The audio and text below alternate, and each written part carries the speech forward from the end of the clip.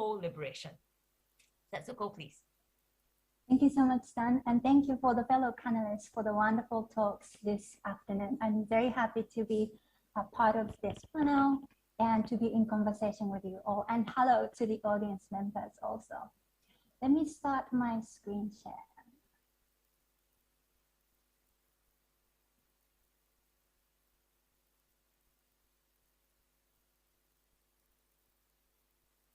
Can you see the screen okay? Great, thank you.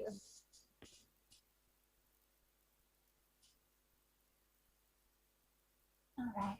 Hello, my name is Setsuko Yokoyama, a researcher specializing in the speculative design of equitable technology. That means I examine the socio-political history of digital technology and let that knowledge inform the ongoing design process of the said technology. Today, I would like to introduce and invite you to a method called design justice that you too can practice in your respective field. To that end, let me first do a brief overview of design justice. I will then share how I am putting design justice into practice by way of example. Design justice dates back to 2015 when a group of designers in Detroit, Michigan got together to invent a new framework that centers on social justice. The idea was to move away from existing frameworks such as design for social impact or design for good, which are well-intentioned, but because they are not driven by principles of social justice, they can be harmful, exclusionary, and can perpetuate the systems and structures that give rise to the need for design interventions in the first place. What designers in Detroit wanted was a concerted effort to transform the design process centering on social justice so that those who are normally marginalized by design or those who are characterized as passive beneficiaries of design thinking would become co-creators of solutions and of futures.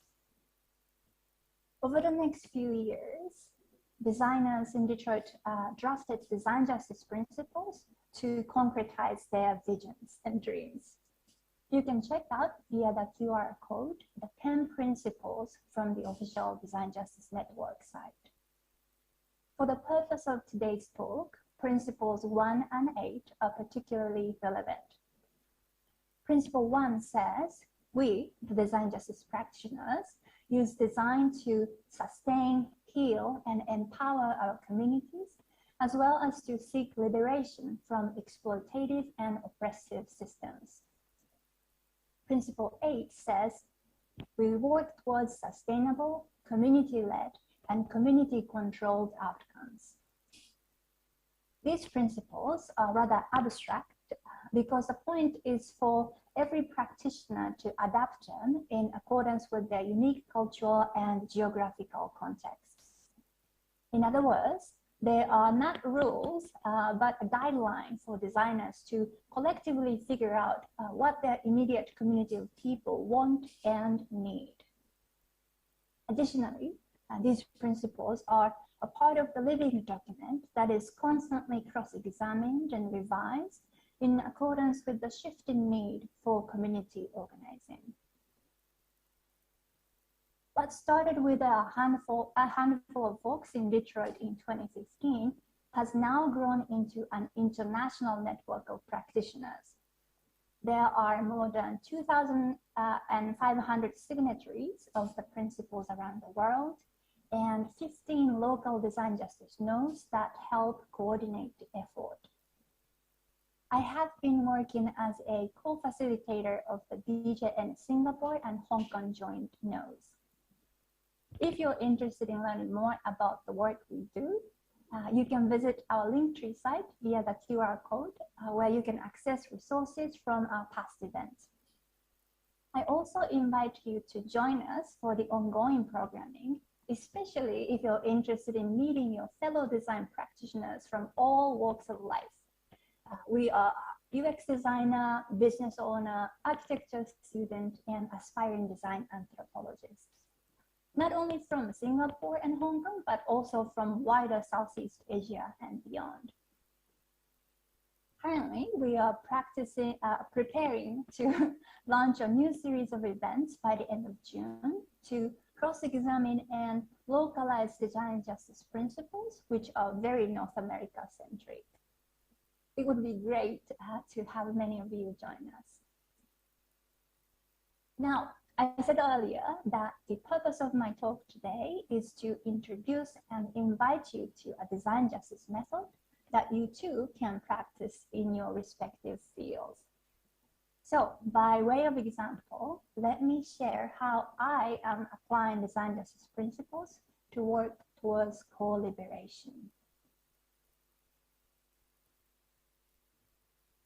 For my current research, I am examining the socio-political history of speech-to-text technology in order to inform the ongoing design process. And by speech-to-text technology, I mean closed captioning, automated transcriptions, or speech recognition technology at large, depending on the context. Why? Because every time we make light of the caption failure, shrug our shoulders and say, it is good enough, we are perpetuating the power relations that informed the development and the global proliferation of speech-to-text technology in the first place. Meaning, there is a historical reason why the live transcription keeps neglecting accented speakers like myself. Let me share how I've come to this assessment based on my research from the past 2 years in the US and the last 8 years I lived there. I will then share the direction of my ongoing work since I moved to Singapore last year. What I'm hoping to highlight is the intersection of how different groups of people have historically experienced the top-down repressive design decisions made for speech-to-text technology, so that we can turn that intersection onto its head and use it as a base to transform the design process for co-liberation. And before we dive in, I have a bit of a heads up. Today's talk focuses on the colonial legacy of speech-to-text technology. So let me take a moment now to offer a general content warning. I also write about resistance, joy, and intimacy among historically marginalized communities when transforming a design process by engaging with these historical and contemporary writers. But those speculative design thinking makes little sense without the history of oppression.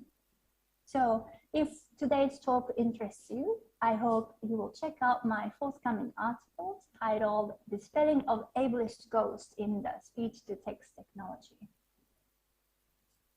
Now, onto the question of intersection between those who are normally marginalized by design or those who are characterized as passive beneficiaries of design thinking, seen in the case of speech-to-text technology called visible speech. When Alexander Melville Bell invented visible speech in 1867, the idea was to create a universal alphabet to assist the transcription and reproduction of all and any speech sound. A universal phonetics, if you will, or in the words of Bell, the alphabet that could represent not merely every language, but every dialect and even every idiosyncrasy of speech, exclamation mark. To publicize this invention, Bell showcased visible speech with his sons as assistants. During the demonstration, Bell's sons were tasked with sight reading foreign and peculiar words transcribed in visible speech. What you see on the left is what that transcription would have looked like.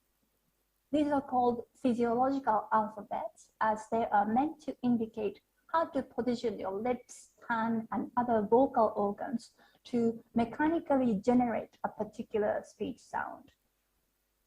And during a live demonstration, the bells welcomed participants to provide an impromptu speech sound to persuade the skeptics. And here I have one participant's recollection of the event.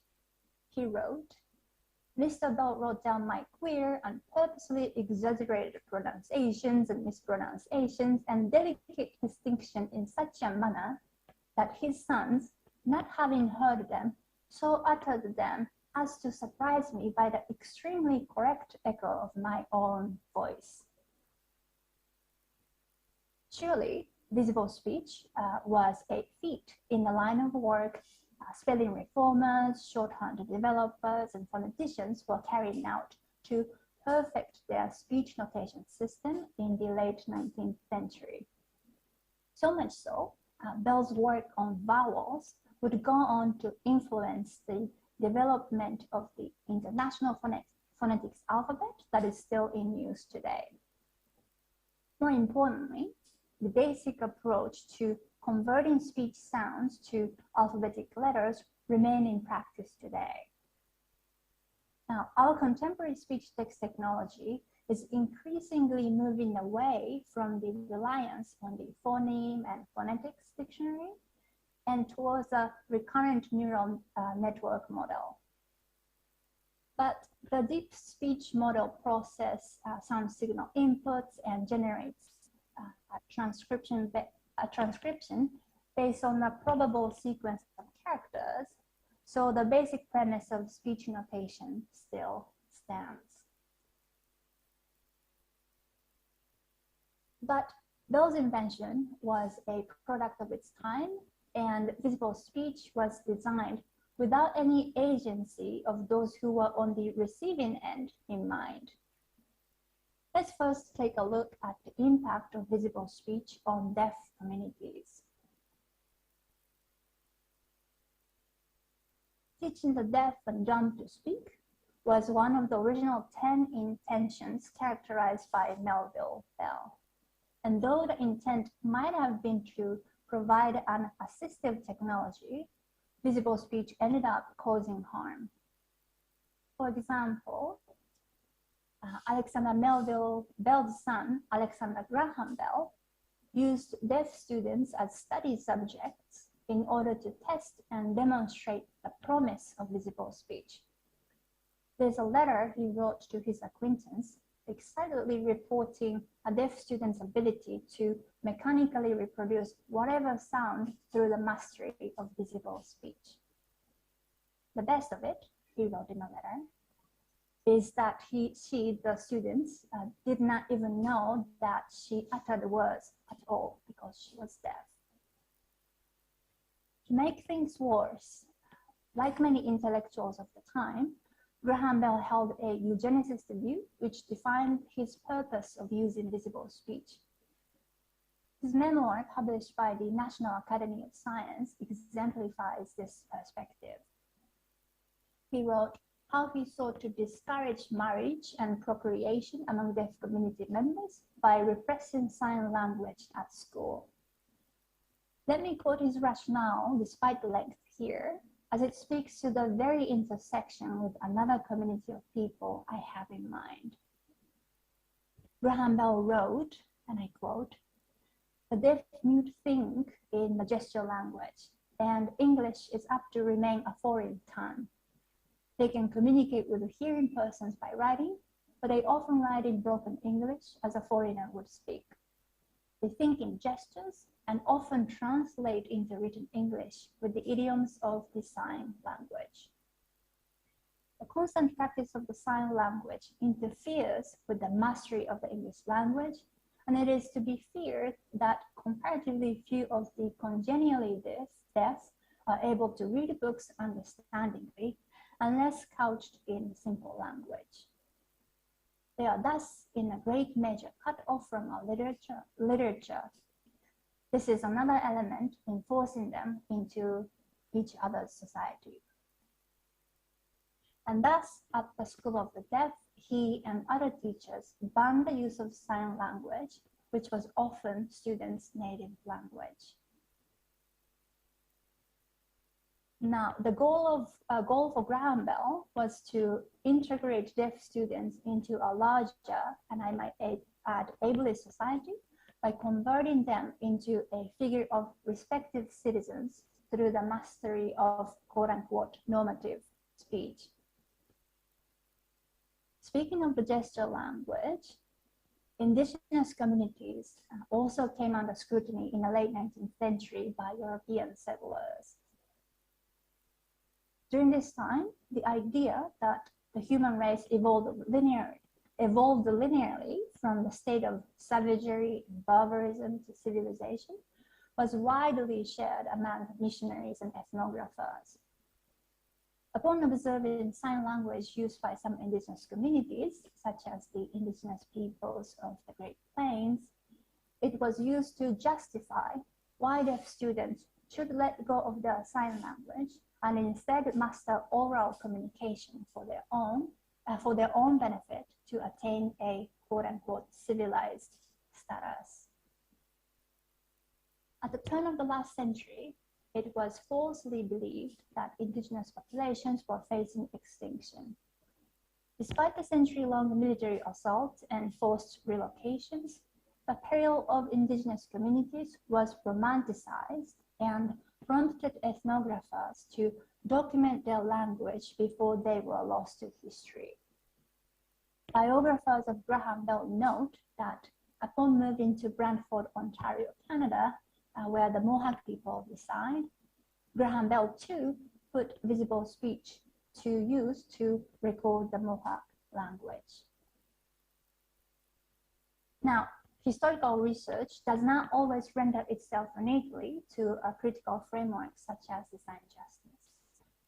For instance, another design rationale identified by Melville was the speedy diffusion of the language of a mother country throughout the most widely separated colonies. To the best of my current knowledge, there are no definitive archival records that suggest visible speech was taught at residential schools for indigenous children. That said, there is a parallel structure of assimilative language education policy at the School for the Deaf and at the Indian residential schools in North America. The Mohawk Institute was the first to prohibit indigenous students from speaking in their native languages, such as Cree, Cayuga, and Mohawk, as a part of the assimilative policy. Survivors of the Mohawk Institute from years ranging between 1920 and 1965 recall receiving corporal punishment when caught speaking in their native tongues. Survivors of residential schools in other locations report similar experiences, where stripping of the native language and the imposition of the English language was done in the name of converting them into a figure of quote-unquote civilized citizens. One survivor from the Riverette Residential School in Saskatchewan, named Daniel Kennedy, recalled how the school principal imposed a quote-unquote brand new white man's name upon enrollment because, and in the words of the said principal, there were no letters in the alphabet to spell this little heathen's name, and no civilized tongue could pronounce their original name, Ochiang Fugahe. My archival research continues, but I hope to never come across any documents that suggest how visible speech, presented as the latest scientific invention, was used by zealous elocutionists and speech pathologists hired to teach English to indigenous children. Now, I can't go into detail today, but a similar relational logic was used to belittle immigrant communities in the US, such as working class Italians for their gestural expressions, or the quote-unquote intelligible names of immigrants from Asia. Of course, visible speech was not the only technology that was weaponized against historically marginalized communities to racialize and pathologize our modes of expressions. But the fact that the closed caption still fails to register many of our accented speech strikes me as an unchallenged legacy of a divide and conquer policy, preventing BIPOC, disabled, and immigrant communities to forge a coalition even in this small corner of Zoom. Now, this was in the context of my envisioning the speech-to-text technology that ceases to drive a wedge between disabled, BIPOC, and immigrant communities. Recently, I've started to look into the reverberation of Bell's invention and rationale in the late 19th and early 20th century Japan. It is too early to share my work today, but suffice it to say that following the British model, intellectuals in Japan sought to standardize Japanese phonetics as a part of their modernization effort.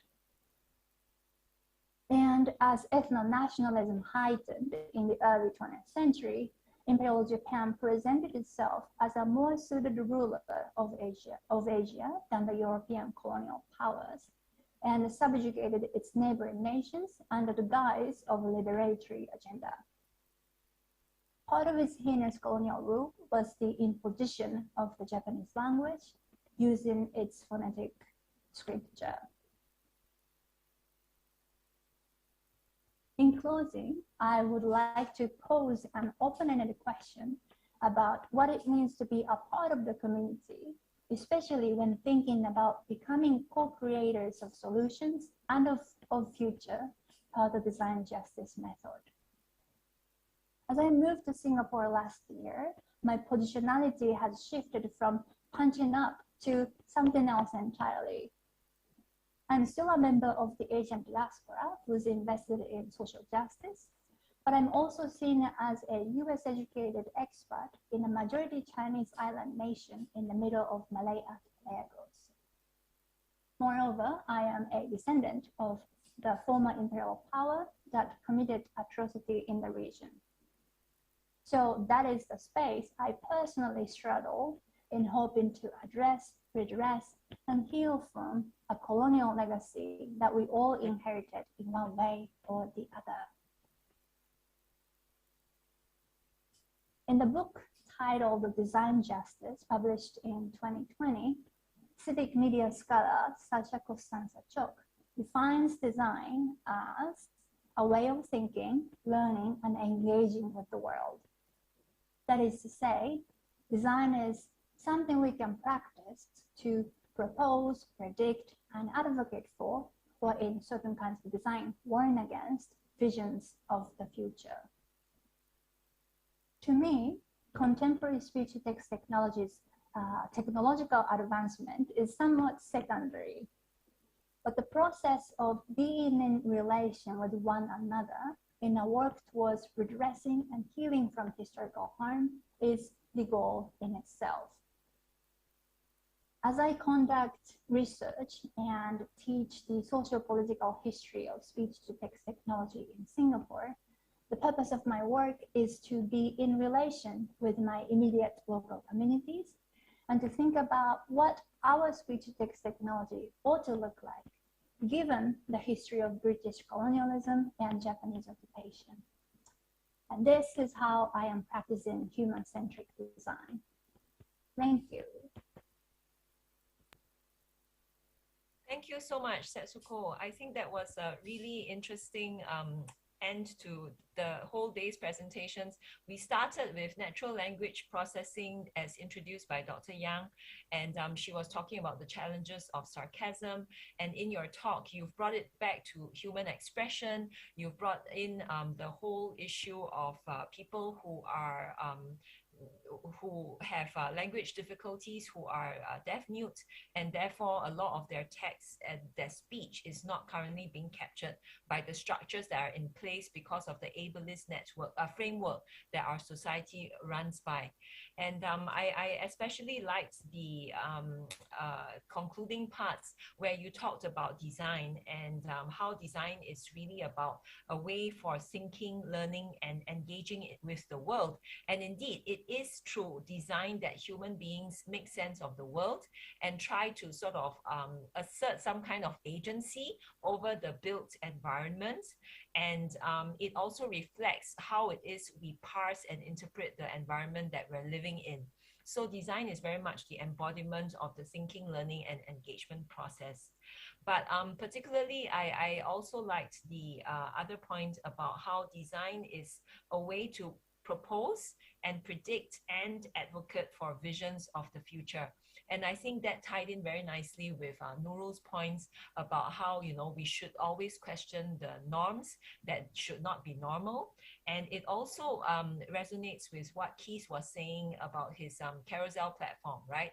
Because Carousel, through its platform, through its design, through its algorithms, can actually create a world that is much more sustainable, because it makes the whole idea of upcycling much more realizable and much more accessible to a broader range of people. So I think the whole panel has, you know, hung together really nicely with everyone's different contributions. So before we go into the panel discussion, which I think will be of great interest to our audience, I would like to see some questions from the floor for Setsuko.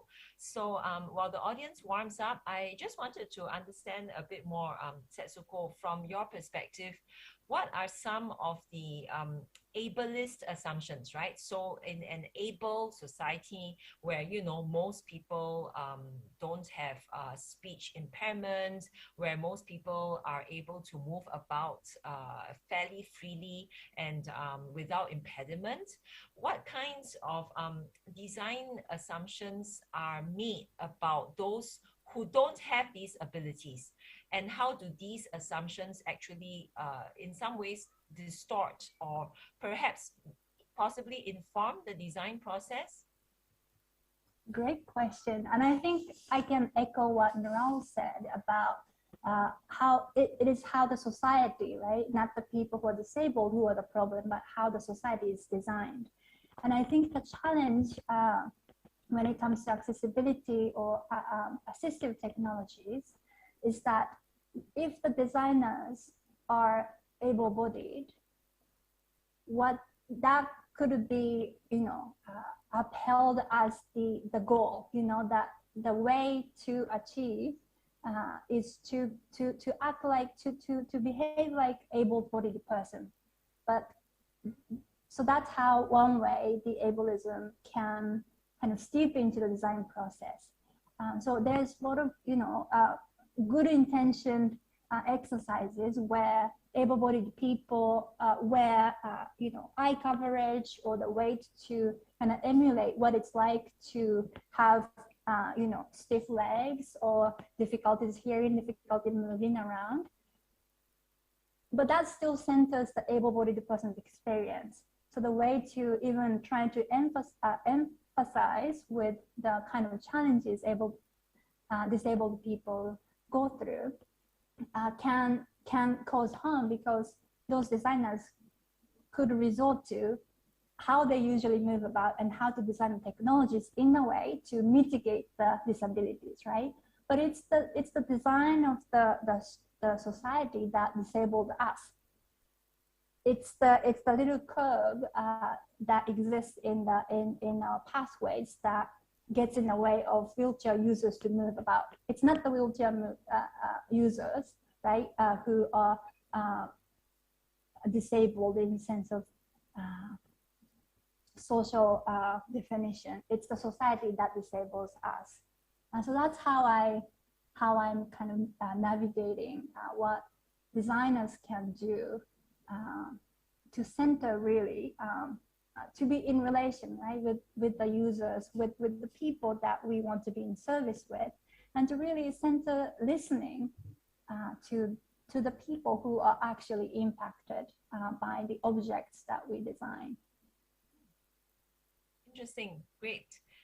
So we have a question from the floor that relates quite closely to your speech to text research.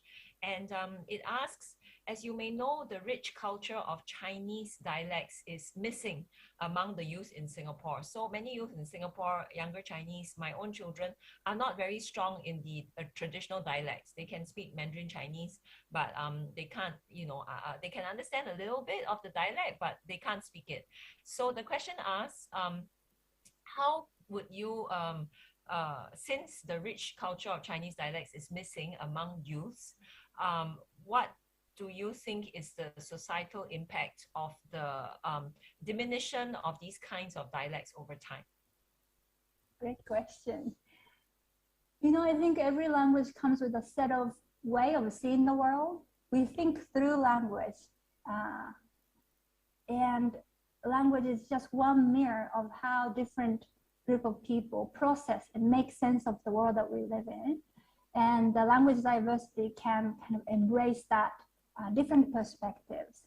And that's something Dr. Yang talked about, the challenge of living in a diverse society is trying to understand where everybody's coming from. I think to embrace diversity, really, we cannot move towards homogeneity, but we rather need to nurture this environment where everybody's difference is the strength, and all the differences brought to the table is is the power, really, of the society. So I'm here for the language diversity, and I think there needs to be a structural or institutional support, right, to encourage people to be interested in their languages, so that it's not seen as something frivolous or something that's irrelevant when thinking about what Nora was saying, what the success looks like. And everything needs to kind of tie in together to move towards what it means to have a flourishing society where everybody is different and are accepted as they are without needing to assimilate into what has been accepted as a norm or the way of living, and to be successful.